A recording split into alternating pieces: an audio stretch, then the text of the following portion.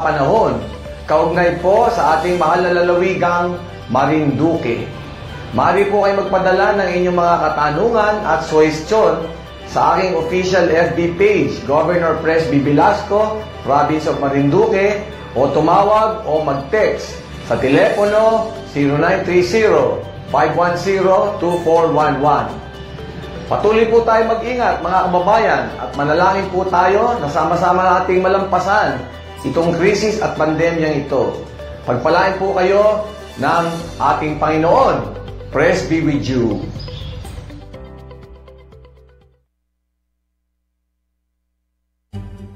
Naglilingkod sa sambayanang Marinduqueño, Lynn Angeles on board.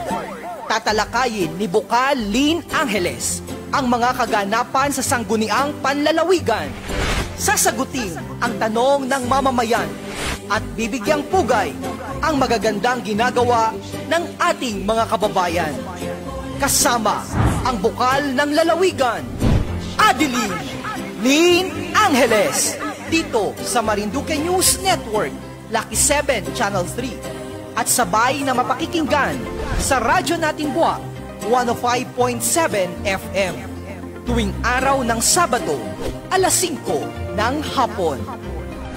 Lynn Angeles on board!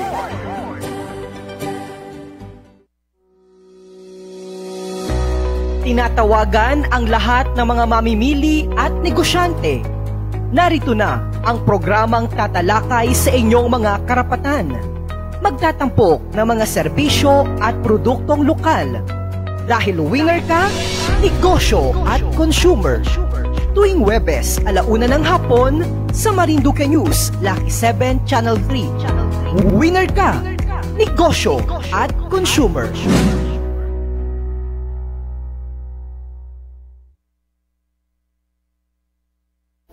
Talakayang pangkalikasan, kumakatok sa inyong mga kaisipan upang inyong pakinggan ang mga usapang may kaugnayan sa wastong pangangalaga ng ating kapaligiran. Halina't panoorin ang programang may kaugnayan sa inang kalikasan tuwing Biyernes, 2:00 ng hapon dito sa Marinduque News, Lucky 7 Channel 3. Talakayang pangkalikasan ng DENR Marinduque.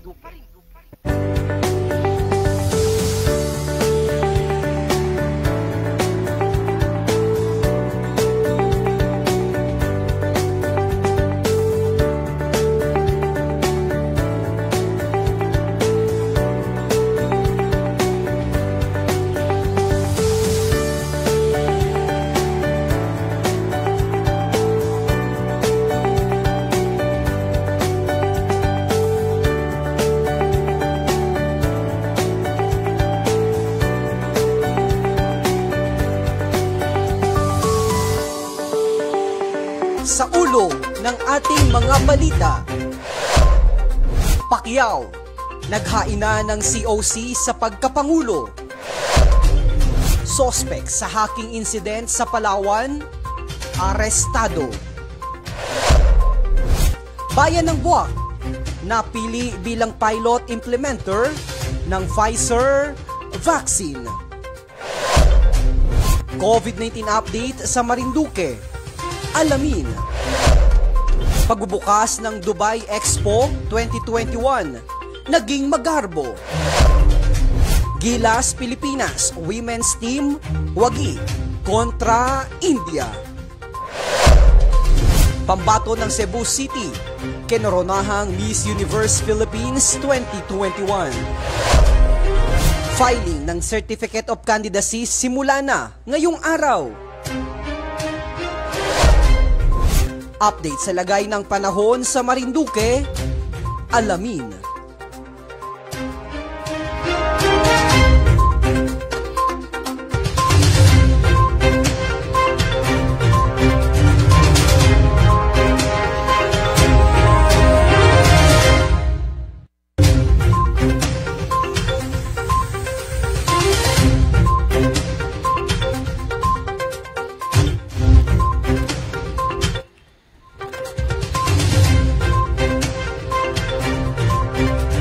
Magandang hapon, Luzon, Visayas at Mindanao, Metro at Mega Manila, lalawigan ng Marinduque, mga bayan ng Buwak, bayan ng Buenavista, Gasan, Mugpog, Torrijos, Santa Cruz. Ako po si Romeo Mataak Jr. At ako naman, Adrian Rosales. At ito po ang balitaan sa sentro ng Pilipinas. At sa detalye ng ating mga nagbabagang balita.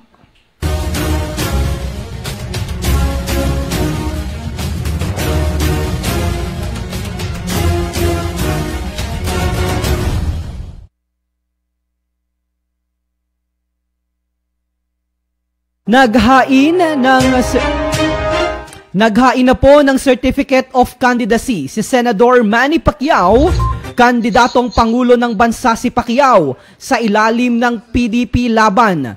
Kasama si Pacquiao na nagtungo sa Commission on Election sa Sofitel tent sa Pasay City, o kasama ni Pacquiao na nagtungo sa Commission on Election sa Sofitel test sa Pasay City ang asawang si Jinky Pacquiao. Alas 9 ng umaga nang dumating si Pacquiao sa Sofitel Hotel. Si Pacquiao ang unang presidential candidate na naghain ng kandidatura. Kasama rin ni Pacquiao si Representative Lito Atienza na kanyang running mate. Kasabay nito, dagsa naman ang mga supporter ni Pacquiao sa palibot ng Sofitel Hotel. Alas 5 pa lamang ng umaga, nagtungo na sa kahabaan ng Rojas Boulevard hanggang sa Luneta at Sofitel ang mga taga-suporta ni Manny Pacquiao.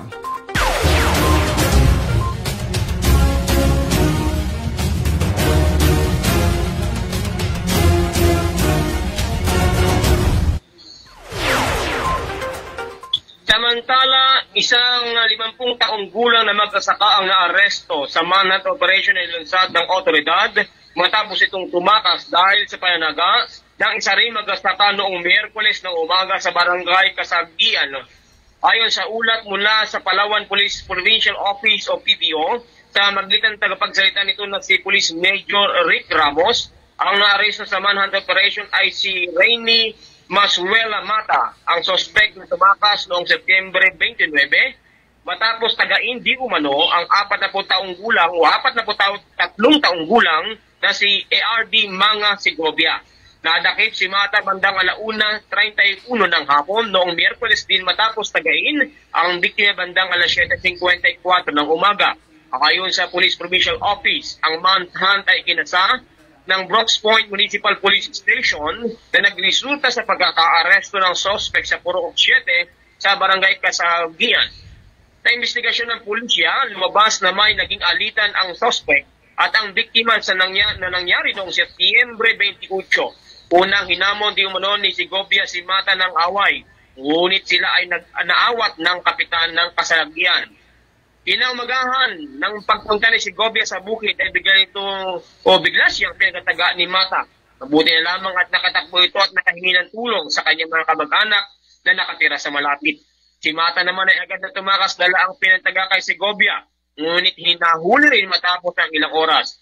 Nasa kustudiya siya ngayon ng Brooks Point Police Office para sa kaukulang disposisyon.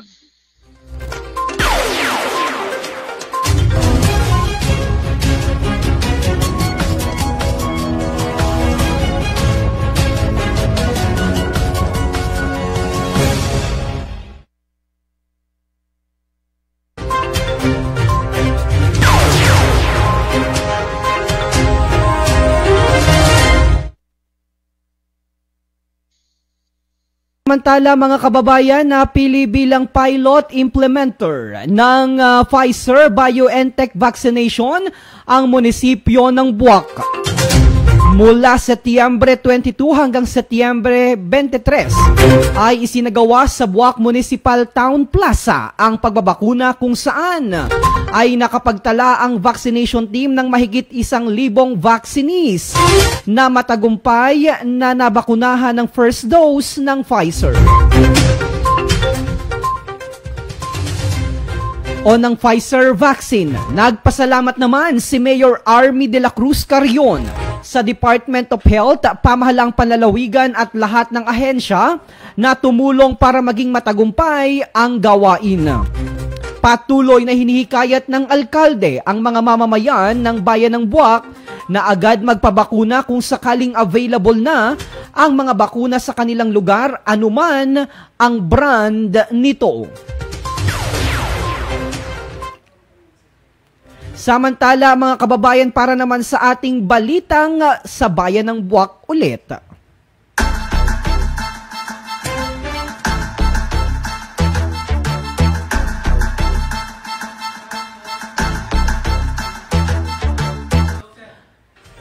Sa pagkakataon pong ito mga kababayan, mga kapiling po natin ang atin naman pong provincial o ang atin naman pong Municipal Election Officer ng bayan ng Buwak. Sa katauhan po yan ni Mr. Christopher Olympia, ang officer, ang Commission on Election Municipal Officer ng COMELEC Buwak.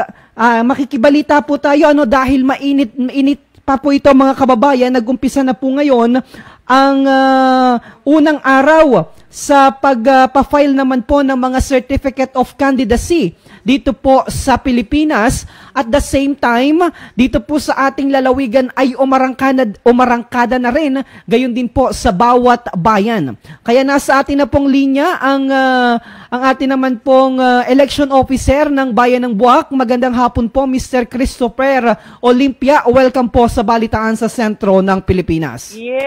Yes, good afternoon, DJ Myong, our Provincial Information Officer.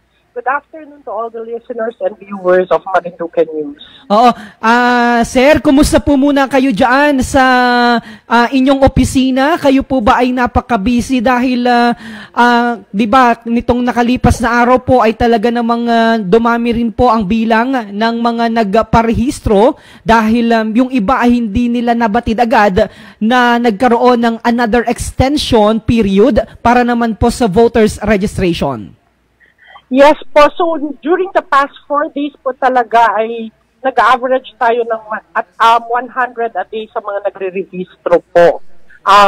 But thank God at na pagbigyan ng Commission on Elections to a unanimous vote ng Commission and Bank ang extension magiging October 11 to 30, Monday to Friday po ito, excluding Saturday. Pero during the last day, October 30, Saturday po yan, i-cater po natin ang mga magre-rehistro. Yun po.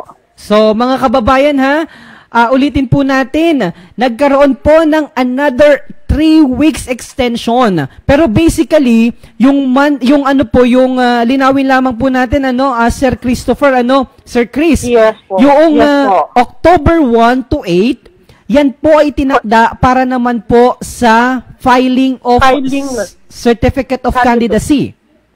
Yes po.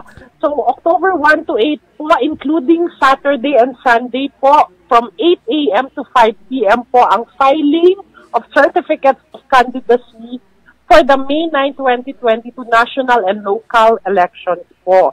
So, sa Office of the Election Officer po, ang tatanggapin po namin ay ang aspirants for elective positions such as mayor, vice mayor, and sangguniang bayan member po.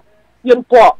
Tapos sa Provincial Office of the Provincial Election Supervisor naman po, doon po magaganap ang pagpa-filing ng aspirants for congressman or House of Representatives, provincial governor, vice governor, and member ng sangguniang panlalawigan po. Yung 2 legislative districts natin.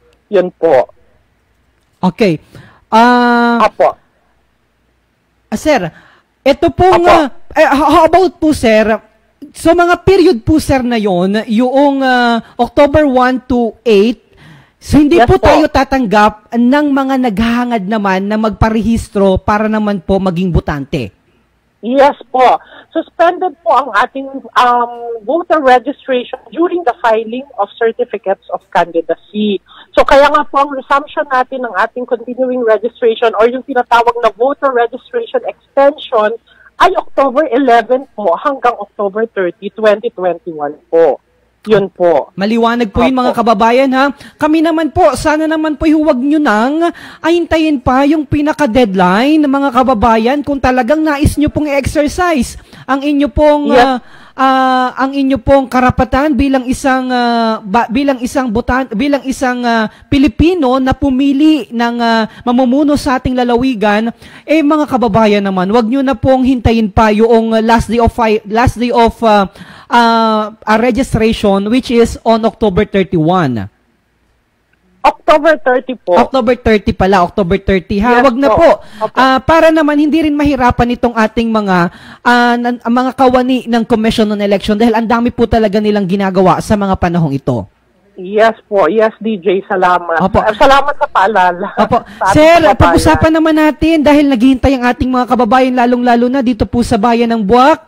Sino-sino na po ba daw yung mga nag-file ng mga certificate of candidacy dito po sa bayan ng Buwak? Pero teka po yan, sir, Hana.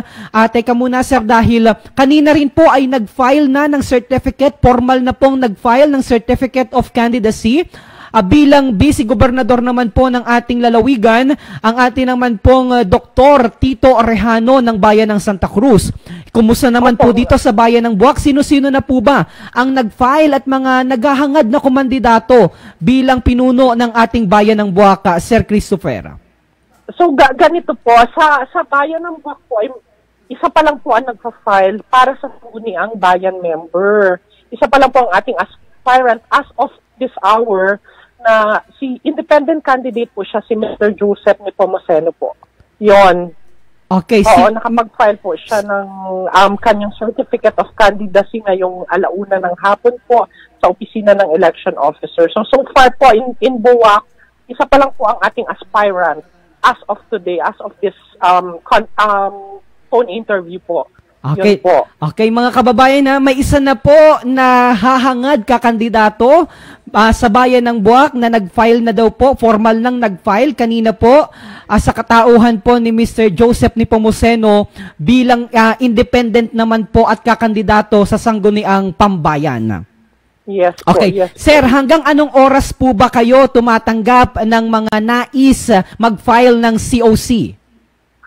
Ang nakalagay po sa COMELEC resolution ay hanggang alas 5 po ng hapon. 8 a.m. to 5 p.m. po tayo tatanggap ng certificates of candidacy sa lahat ng mga nais na maghain ng kanilang kandidatura para sa darating na halalan sa 2022. Yun po. Okay. Tapos sa last day po ay meron tayong queuing ng parang 4:45. That would be October 8 po. Queuing ng 4:45 na lahat ng aspirant who intends to file their candidacy ay ilalagbo po namin.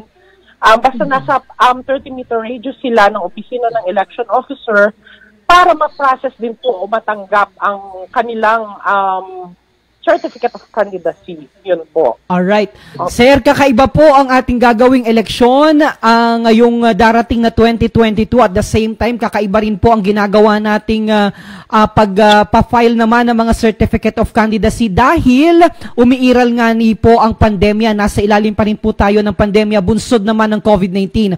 Ano-ano po ba yung mga kailangang consideration bago mag-file o magtungo dyan po sa inyong opisina ang isang aspiring candidate? So yun po.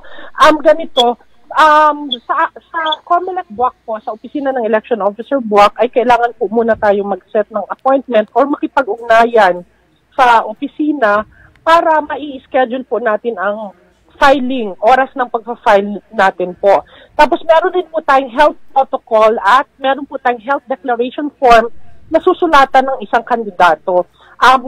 Ang maximum lang po na pwedeng maging kasama ng isang kandidato sa pag-file niya ay 2 po. Yun po ay alinsunod sa COMELEC resolution para may observe po natin ang social distancing. At the same time, hindi po tayo magkameron ng violation sa IATF protocols po. Yun po. So, pwede po kayong makipag-ugnayan, especially yung sa mga magsisik ng elective positions in the municipality of Buwak. through our COMELEC-based Facebook account. It's COMELEC OEO Buwak Marinduque. Yun po. Pwede rin po kayong mag-contact sa numero na 0998-554-3328 at maaari rin naman po makipag-ugnayan personal at meron po tayong pipill outan na appointment slip dito para magkameron po ng schedule. Yun po, sir. And aside from that, yun ang hinihingi nga natin, kung maaari ay huwag na magkameron ng madamihang companion. Let us just follow the minimum health protocol. At the same time, kung ano yung nakalagay sa ating COMELEC resolution po na minimum of 2 companions lang po pagpupunta sa opisina ng COMELEC. Yun po. Ano-ano po ba maliban po dyan, sir, yung mga kailangan ng dalhin ng mga aspiring candidate? So, ang kailangan po natin ay Certificate of Candidacy. 5 copies po ang kailangan at kukunin ng COMELEC. It's all original. With documentary stamp na worth 30 pesos po. At yung succeeding pages naman po nung COC nyo ay susulatan na lang ng numero nung documentary stamp nyo na worth 30 pesos. Kasi deemed as one document naman po yung 5 original copies. Passport size na photo ang i-affix natin doon. At lahat po ng mga entry na hindi applicable ay lalagyan natin ng NA. Yun po. Tapos, kung sakali naman po ay nominated kayo by a political party or coalition, you need to provide your certificate of nomination and acceptance. 5 kopya rin po yun na original ang kailangan natin i-provide. At yun po, paalala ko po, kung talagang you belong to a political party, simultaneous pang filing. Otherwise, hindi po pwede yung magpa-file kayo ng COC ngayon. Then after an hour, we will receive the CONA. Hindi po pwede yun. Automatic na pag hindi po kasabay ng COC natin ang CONA, magigipot kayong independent candidate. So it would be better na kung you belong to a political party, sabay na pong isumite o ihain ang certificates of candidacy together with your certificate of nomination and acceptance from your political party or coalition. Yun po. So, linawin po natin, pag sinabi niyo pong simultaneously, kailangan pong sabay na ipafile yung COC at saka yung CONA. CONA, yes. Hindi po yes, pwedeng halimbawa mag-file ngayon, bukas po or isusunod, yun pong kanilang CONA. Yes po, kasi kung hindi po kasabay ang CONA, you will be deemed as independent candidate. You will be classified as independent candidate po. Yun po. Alright, sige po. Na, sir, meron pa po ba kayong mga mahalaga pang mga, ano po naman yung mga dapat hindi nila ginagawa kasi baka maging ground ito para dun sa kanilang, sabi nga ay violation nila para hindi matuloy. Meron na po ba, sa simula pa lang ho ba ng mga pagpa-file pa lamang, meron na po bang mga pwede na dapat hindi gawin ng isang aspiring candidate? Sa ano po, kasi sa maglalabas pa lang po ng guidelines ang COMELEC regarding sa campaign natin. Pero you will be deemed candidate pa rin lang po sa pag-ano ng election period, sa pagpasok po ng election period at ng campaign period po. So far po ngayon ay hindi pa under draft pa lang po ang ating COMELEC resolution regarding candidacy guidelines yung ng candidacy natin, which will be ang pattern naman po noon ay Fair Elections Act rin po. Siguro mamodify lang siya at i-adapt natin during pandemic kasi ikakaiba nga po ang magiging election natin ngayon kasi nasa pandemya po tayo. So yung mga guidelines as to that matter ay wala pa po COMELEC resolution na inilalabas at nasa draft pa lang po siya ngayon. Yun po. Okay. Kumusta naman po, sir? Hindi po ba nagiging mahirap para sa inyo ngayon ang mga ginagawa po nyo ngayon? Hindi naman po kasi lahat naman po ng opisina, not only the office of COMELEC BUWAC, all offices in the province as well as nationwide ay nakahanda naman po. Nakahanda dahil ito'y mandato ng Komisyon ng Halalan na not only to register but to accept certificate of candidacy. At the same time, to conduct a national and local election. So handa po ang lahat ng opisina ng komisyon, lalo na ngayong filing ng Certificate of Candidacy. Yun po. Anybody, especially yung mga those who intend to run, can visit the Office of the Election Officer kung may mga katanungan po, may mga FB page po tayo, may mga Facebook account din po tayo na pwedeng kontakin, at may mga email addresses din po tayong available para maging more accessible para sa lahat, maging transparent lahat ng mga ginagawa ng COMELEC in preparation for the May 9, 2022 national and local elections. Yun po. Alright, maraming salamat sir. Ulitin po natin yung numero na tatawagan nyo po kung gusto nyo pong pa-appointment sa kanila, kumuha ng appointment sa kanila, ay ito po ang pwede nyong tawagan, 0998-553-3328. Tama po ba sir? 554 po. 554-3328. 3328. Yes, Ayan. yes po. Ulitin ko po, 0998-554-3328. Yes po, Alright. DJ. Sir, baka meron pa po kayong mga paalaala, mga reminders, encouragement sa ating mga kababayan. Please go ahead po. Yes, so ang akin lang apila or ang aking pakiusap, this is for the last October 11 to 30 voter registration. Huwag na po nating hintayin yung last day. So we were given a chance. The Commission on Elections heard your public clamor. We don't want to disenfranchise anybody to vote, to participate at in the national and local elections next year. Wag na po nating hintayin ang October 30, 2021 para magrehistro. If we can do it as early as October 11, please do. Please do register. Aside from that, lahat po ng registration application ipaprocess natin during that period. Kasama po doon ang new registration, transfer from other municipality, city, transfer within the municipality. Kung lilipat po ng barangay, halimbawa barangay Laylay going to Santol, we'll still cater that. Reactivation po. Reactivation can be processed personally or through an online application provided po na meron tayong complete biometric. So, yun po, we can do that online po. Marami na pong na-process ang COMELEC buwak na online reactivation. Yun po. At pakiusap ko naman po sa pupunta para mag-register this coming October 11 to 30. Please bring your own ballpen, wear your face mask and face shield, and observe social distancing po. Para naman makatulong tayo, let us contribute, para naman maging safe ang ating bansa, safe ang Pilipinas, at safe ang darating na halalan sa 2022.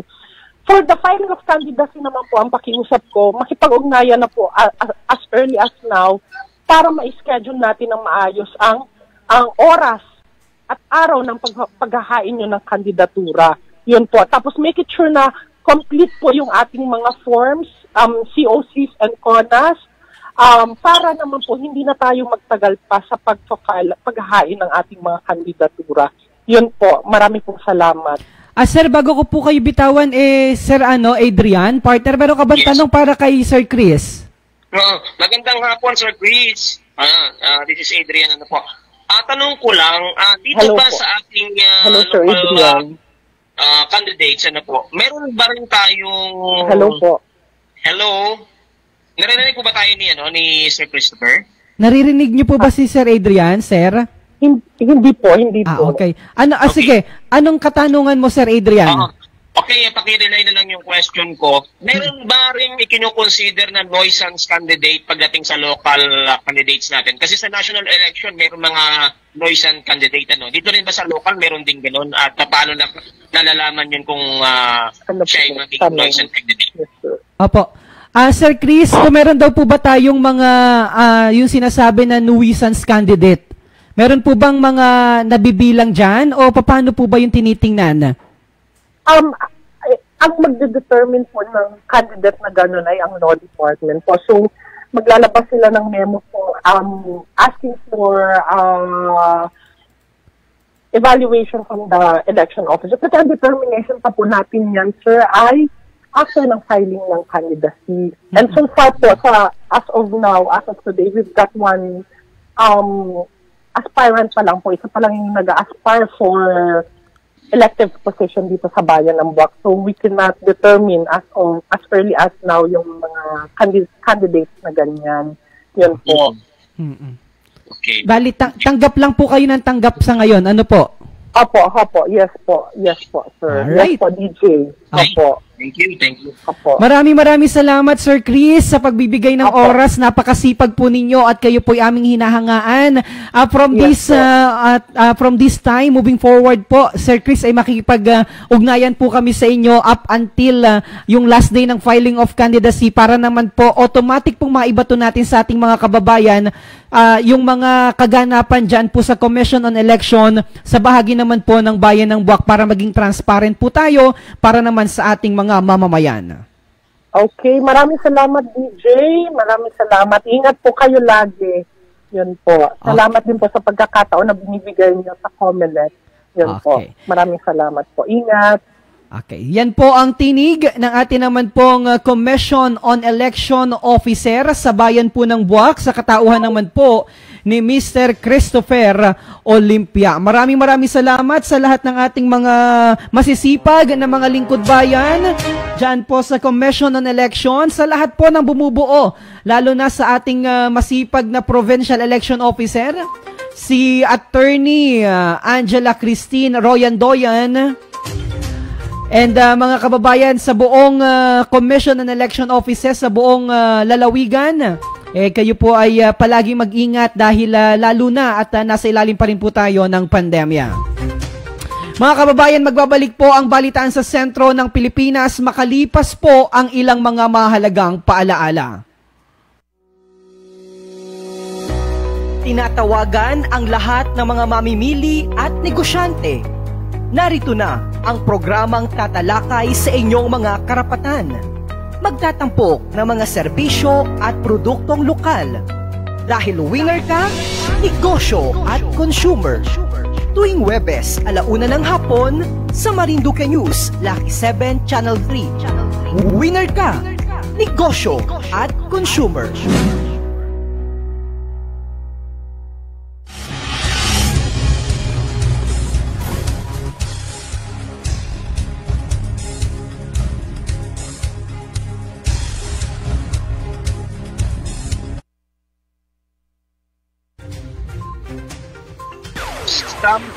Samantala, isang magandang balita sapagkat wala na dagdag sa bagong kaso o ng bagong kaso ng COVID-19 sa ating lalawigan. Ito po ay sa pinakahuling report ng Provincial Health Office na by date na September 20, 2021. Subalit, meron pa rin nananatiling 414 COVID-19 active cases sa probinsya, 31 sa Santa Cruz, 42 sa Torrijos, 100 sa Buwak, 52 sa Mugpog, 82 sa Gasan at nanatiling 107 sa Buena Vista. May kabuuang 2,323 na gumaling mula sa kabuuang 2,872 na tinamaan ng sakit. Wala namang naitalang namatay ngayong araw mula sa kabuuang 135 na nasawi sa ating lalawigan.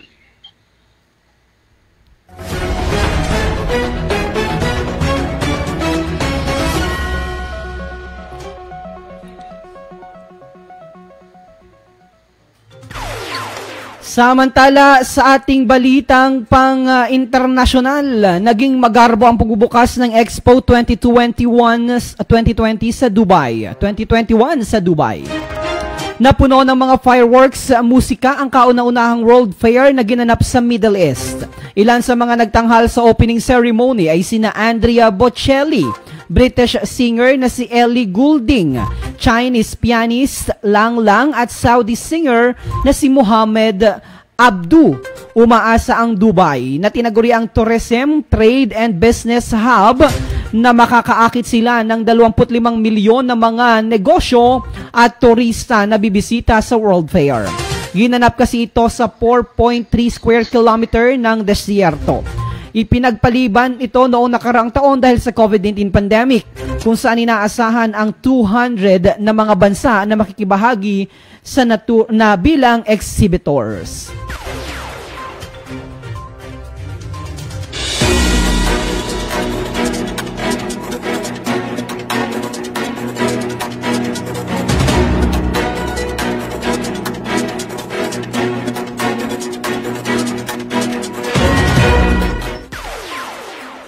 Samantala, hindi uuwing talunan ang Gilas Pilipinas Women's sa 2021 FIBA Women's Asia Cup matapos sa talunin na ang India sa score na 74-70 sa classification match na ginanap sa Amman, Jordan. At dahil sa panalo ay nanatili ang Pilipinas sa Division A at naiwasang itapon sila sa Division B ng torneo. Kahapon nakapagtala ng 22 points sina Janine Pontejos at Kate Castillo. Sa pagkatapos ng halftime ay hawak pa ng India ang kalamangan sa score na 34-39 nang mahabol ito ng Gilas pagpasok ng second half hanggang sa pagkatapos ng laro. Bago gunit ang walang panalo ang women's basketball team ng bansa sa pagharap sa China, Australia at Chinese Taipei sa Group B ng nasabing torneo.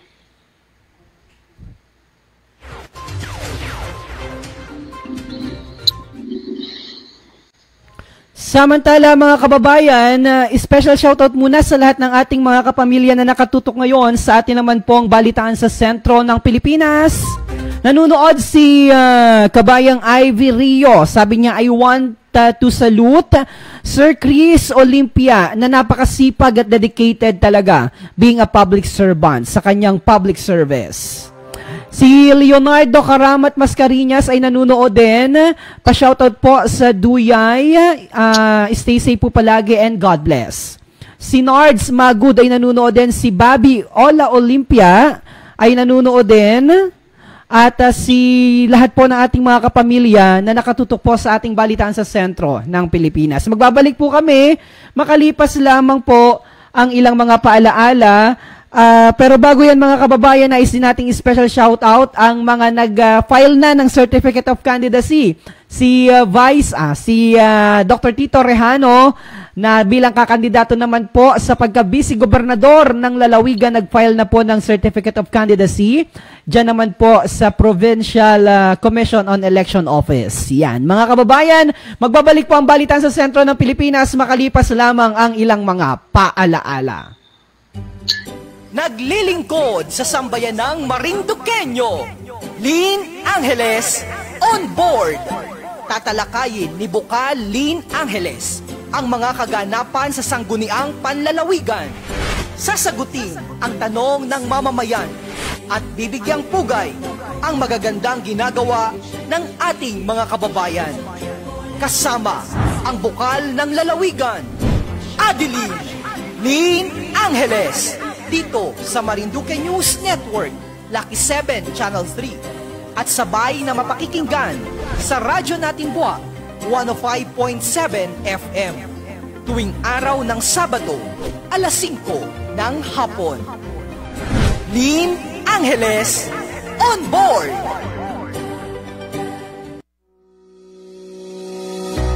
Tinatawagan ang lahat ng mga mamimili at negosyante. Narito na ang programang tatalakay sa inyong mga karapatan. Magtatampok ng mga serbisyo at produktong lokal. Dahil winner ka, negosyo at consumer.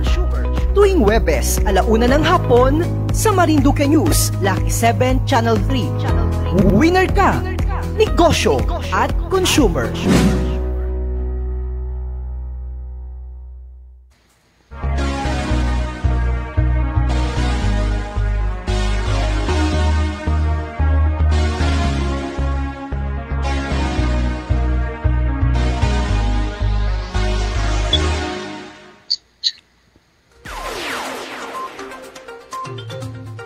Kinoronahan bilang Miss Universe Philippines 2021 ang pambato ng Cebu City na si Beatrice Luigi Gomez sa pageant na ginanap sa Bohol.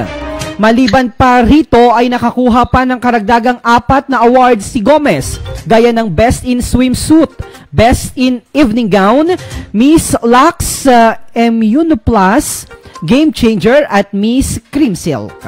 Naging first runner-up naman si Maureen Robowitz ng Pangasinan, habang second runner-up si Steffi Rose Abirasturi ng Cebu Province. Tinanghal naman bilang Miss Universe Philippines Tourism si Katrina Dimaranan ng Taguig City, habang Miss Universe Philippines Charity si Victoria Velasquez Vincent ng probinsya ng Cavite. Nakakuha naman ng special award si Kirstine Delavi ng Masbate bilang Miss RFox Philippines 2021, Miss Lux Whiteface of the Universe o Miss Photogenic at Miss Universe Philippines Lazada. Si Robelwitz naman ay nakakuha rin ng Miss Air Asia Philippines at Miss Henan Resort, habang si Demaranan ay pinangalanan bilang Miss Save Point Plus at Face of Bello Sun Expert. Gayunpaman, atin din pong hinahangaan at binibigyang pugay ang naging kinatawan naman ng ating lalawigan dyan po sa Miss Universe Philippines 2021. Walang iba kundi si Simone Nadine Bornelia. Mula po sa lalawigan ng Marinduque, kami pa rin ay humahanga at sumasaludo sa pagbibigay mo ng pangalan at karangalan sa atin namang lalawigan ng Marinduque sa pagdala. Bagamat hindi nakapasok sa top 16 ng ating kinatawan ng lalawigan na si Simone Bornelia, naging nauna naman itong nagbigay ng init at sabi nga ni po ay nagpa-trend na din naman ito sa social media dahil ito ay mainit din pinag-usapan dahil doon sa kanyang mga karanasan, doon sa kanyang experiences o doon sa kanyang mga sitwasyon bilang isang anak nga po o pinalaki ng dalawang gay men. So maraming salamat Simone Nadine Bornelia sa pagbibigay karangalan sa ating bansa o sa ating lalawigan. Sabi nga ni po ng marami sa ating mga kababayan, still you are our queen.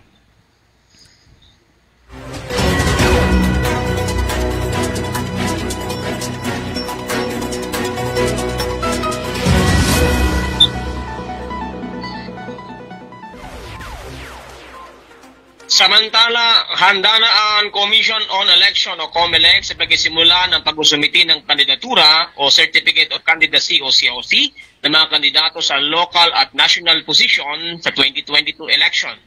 Ang paghahain ng COC ay mula Oktubre 1 hanggang 8 mula alas 8 ng umaga hanggang alas 5 ng hapon. Kaya nga po sa nag-i-interview natin kanina sa COMELEC officer ng Bayan ng Buwak. Para sa mga tatakbo sa pambansang posisyon, isasagawa ang pag-usumiti ng COC sa Harbor Garden tent sa 5-star hotel ng Sofitel sa may Pasay City. Maging mahigpit ang proseso dahil kailangan na muna magpakita ng negatibong COVID-19 antigen test result na hindi na lagpas sa 24 oras ang mga kandidato. Bukod sa kanila, lahat ng mga makikinahok tulad ng mga tauhan ng COMELEC, security staff at maging ang mga media ay kinakailangan ding magpakita ng nasabing result.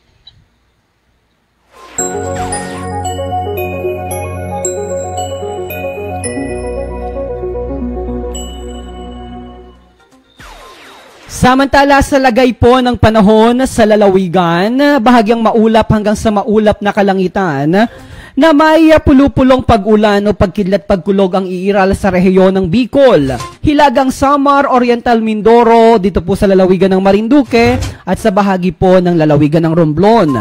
Mahina hanggang sa katamtamang hangin mula sa timog kanluran ang iiral at ang lugar na ito na may banayad, sa mga lugar na ito na may banayad hanggang sa katamtaman na pag-alon ng karagatan. Mga kababayan, ng araw po ay lulubog, napakaaga ng paglubog ng haring araw mamaya alas 5:35 ng isang magandang hapon. Yan. So, dito po sa bayan ng Buwak, kanina sa bayan ng Turios, dahil galing po ako sa bayan ng Turios kanina mga kababayan, ang lakas po ng ulan dyan sa bahagi ng, saan nga yung, nasaan ko nga ni nasa lubong ang ulan ay, bahagi ng Tigwi, Malibago, malakas po ang buhos ng ulan, tapos ay, pagdating ko dito, sa Buena Vista pala, naulan din ho kanina. Pagkatapos dito pagsapit ko dito sa may bahagi ng bayan ng Buwak, napakainit. Nakakaiba talaga ang ating panahon ngayon, partner. Kumusta dyan sa Gasan? Wala man naman tayong naramdaman pag-ulan dito o nakakita na parang kulimlim. Talagang mainit pa rin ang naging panahon natin sa bumaghapon dito sa bayan ng Gasan. Alright, sige po. Dahil dyan, pasadahan na po natin ang atin pong pagkaing pangkaluluwa. Oo, at talagang itong salitang ito, partner, talagang parang padalawang araw na natin ito. Oo. At siguro talagang napapanahon ito ang salita ng Diyos mula sa Santiago Kapitulo 1, versikulo 22. Dapat maging tagatupad kayo ng salita at huwag tagapakinig lamang na inyong dinadaya ang inyong sarili. Oh, partner, actually merong updated dyan kanina eh. Ito yung sinasabi po, oo. Sa mga awit po, Kabanata 37, mga talata 5. Ito po ang nakasulat. Actually, ang ganda, partner. Mukhang hindi mo lamang na-refresh yung ating spiel, ano. Pero ito po ang nasusulat. Sabi po dito, ang ganda, partner. Pakinggan mo na lamang, partner. Sabi dito, ihabilin mo ang iyong lakad sa Panginoon. Tumiwala ka rin naman sa Kanya at Kanyang papangyayarihin. Sabi po sa mga awit. Napakaganda, partner, ano? Magtiwala, humawak sa Kanya. Nothing is impossible without Him. Yan, yung pananampalataya ang pinag-uusapan dyan, partner. Talagang sa pananampalataya, sabi nga sa Bible, wala lang napahamak. Oo, kung sa Kanya ay susunod, kung sa Kanya ay magtitiwala. Exactly. Alright, sabi nga po dun sa isang ano rin na sa English nakalagay po ay let the God be the center of your life and definitely everything will be all right. Lalo na ngayon, partner, sa panahon ngayon, na panahon ng malapit ng eleksyon. Sana yan ang nasa puso at isipan ng mga kakandidato, maging ng mga kababayan nating boboto. Ang Panginoon ang laging nasa gitna. Para hindi tayo magkamali sa lahat ng ating magiging desisyon. Oo, that said, gusto kong special shout out ang Mayora ng Bayan ng Buwak, Mayor Army de la Cruz Carrion. Hi Mayora, magandang araw po sa inyo. Mag-ingat po kayo palagi at kasi nakausap ko siya kanina, partner, umaga. And nagbigay siya sa akin ng update. Alam mo, lagi naman niyang natawag sa atin, hindi nakakalimot. Mayor Army Carrion at sa lahat po ng bumubuo ng Sangguniang Pangbayan. At the same time, ang ating pong Governor Presby, congratulations pala sa ating Governor Presbytero Velasco Jr. dahil siya po ay kahapon ay nagkaroon po ng downing ceremony dahil ang ating pong governor ay binigyan ng pagkilala o nilagyan ng pagkilala ng Armed Forces of the Philippines bilang Lieutenant Colonel. Yan po ang ranggo ng ating gobernador. Reserve. Yes, reserve. Yeah. So congratulations, Governor Presbytero Velasco Jr. And also, very tight ang schedule ng ating Speaker Lord Alan Velasco dahil continuous po naman ang napakaraming series of meetings dahil sa budget hearing naman po sa Kongreso. And hopefully, sa atin naman pong Vice Gobernador Romulo Bacoor Jr., kailan po kayo, Vice Gob, mag-file ng inyong candidacy? We're looking for a certificate of candidacy sa lahat pa rin po ng ating mga kasamang mga nagnanais kumandidato at maglingkod sa lalawigan. Abay, good luck po sa inyo. Mula po sa 6 na munisipyo, sa 6 na munisipyo at mga sangguniang pambayan, good luck po sa inyo. Ay, salamat muna sa ating kasama dahil nagpaalam na si kasama natin sa Philippine Information Agency, Marinduque, si Mr. Maquinardo. Alright, partner, tayo ay magpaalam na dahil kailangan ng umuwi rin ng ating mga kasama. Okay. Oo. Sige po, kami po ay pansamantala na magpaalam mga kababayan. Baka may pagbati ka pa, partner? Ayun lang, partner, at para makuha na rin yung ating mga special shout out kay Jason Malalad Hermosa, ang aming kasama naman sa M. Luwelier Express Buena Vista Branch. Gayun din, special shout out sa mga nanonood pa rin dito sa ating balitaan kay Maria Rubio Herrera, pa-shout out po kay paring Patrico Lucy o Lucy, salamat kapatid sa information. Paki-shoutout na rin sa misis ko. Si Lynn Lucy, sexing kapatid, yan, na si Alma Avila Santos. Gayon din kay Bobby Moreno, magandang hapon mga kapamilya. Dito na po magtatapos. Natapos na naman ang isang linggo na pagsasama-sama natin dito sa ating balitaan sa sentro ng Pilipinas. Maraming salamat po sa inyong ginawang pagtutok at pagsuporta. Ako po si DJ Myong, si Romeo Mataak Jr. po sa pangalan po ng aming mga kasama sa Marinduque News Network. Sa bahagi po ng technical, nandiyan si Mr. Joe Pitt, nagbabalik lumagbas.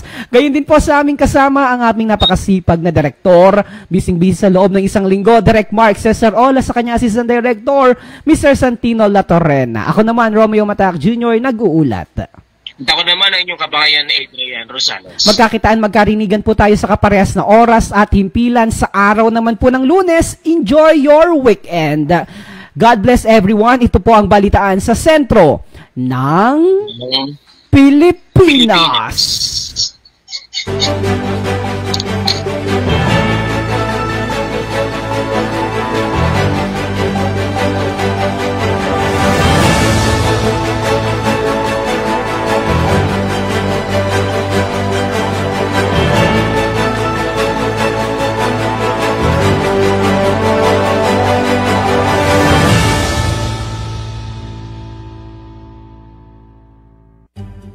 Naglilingkod sa sambayan ng Marinduqueño, Lynn Angeles on board. Tatalakayin ni Bukal Lynn Angeles ang mga kaganapan sa sangguniang panlalawigan. Sasagutin ang tanong ng mamamayan at bibigyang pugay ang magagandang ginagawa ng ating mga kababayan.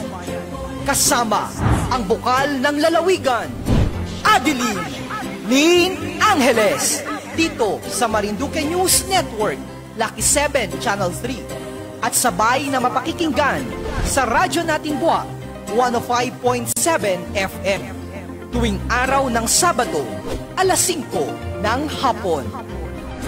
Lynn Angeles on board! Tinatawagan ang lahat ng mga mamimili at negosyante. Narito na ang programang tatalakay sa inyong mga karapatan. Magtatampok ng mga serbisyo at produktong lokal. Dahil winner ka, negosyo at consumer. Tuwing Webes, 1:00 ng hapon sa Marinduque News, Lucky 7 Channel 3. Winner ka, negosyo at consumer. Mga kababayan, ang pambansang awit ng Pilipinas.